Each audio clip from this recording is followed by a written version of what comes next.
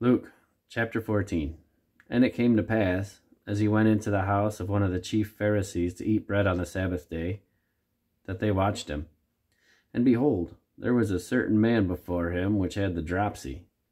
And Jesus answering spake unto the lawyers and Pharisees, saying, Is it lawful to heal on the Sabbath day?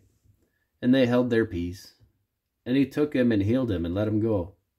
And answered them, saying, Which of you shall have an ass or ox fallen into a pit, and which not straightway pull him out on the Sabbath day?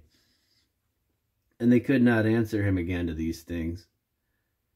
And he put forth a parable to those which were bidden, when he marked how they chose out the chief rooms, saying unto them, When thou art bidden of any man to a wedding, sit not down in the highest room, lest a more honorable man than thou be bidden of him. And he that bade thee, and him come and say to thee, Give this man place, and thou begin with shame to take the lowest room. But when thou art bidden, go and sit down in the lowest room, that when he that bade thee cometh, he may say unto thee, Friend, go up higher. Then shalt thou have worship in the presence of them that sit at meat with thee. For whosoever exalteth himself shall be abased, and he that humbleth himself shall be exalted. Then he said unto him that bade him, When thou makest a dinner or a supper, call not thy friends, nor thy brethren, neither thy kinsmen, nor thy rich neighbors, lest they also bid thee again, and a recompense be made. But when thou makest a feast, call the poor, the maimed, the lame, and the blind, and thou shalt be blessed, for they cannot recompense thee, for thou shalt be recompensed at the resurrection of the just. And when one of them that sat at meat with him heard all these things, he said unto him, Blessed is he that shall eat bread in the kingdom of God. Then said he unto him, A certain man made a great supper, and bade many. And he sent his servant at supper time to say to them that were bidden, Come, for all things are now ready. And they all with one consent began to make excuse.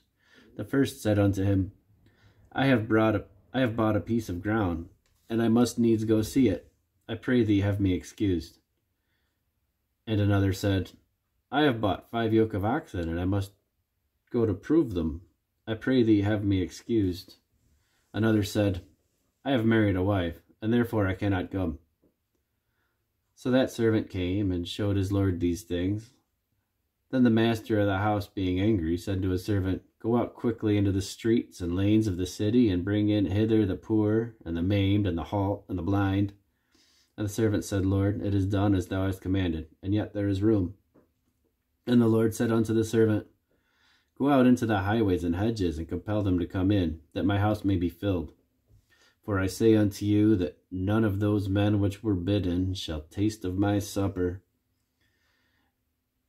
And there went great multitudes with him. And he turned and said unto them, If any man come unto me, and hate not his father, and mother, and wife, and children, and brethren, and sisters, yea, and his own life also, he cannot be my disciple.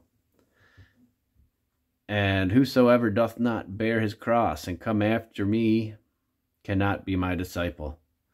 For which of you, intending to build a tower, sitteth not down first, counteth the cost, whether he have sufficient to finish it? Lest haply after he hath laid the foundation, and is not able to finish it, that all that behold it begin to mock him, saying, This man began to build, and was not able to finish. Or what king going to make war against another king sitteth not down first, and consulteth whether he be able with 10,000 to meet him that cometh against him with 20,000? Or else, while the other is yet a great way off, he sendeth an ambassage, and desireth conditions of peace. So likewise, whosoever he be of you that forsaketh not all that he hath, he cannot be my disciple. Salt is good, but if the salt have lost its savour, wherewith shall it be seasoned? It is neither fit for the land, nor yet for the dunghill. but men cast it out. He that hath ears to hear, let him hear.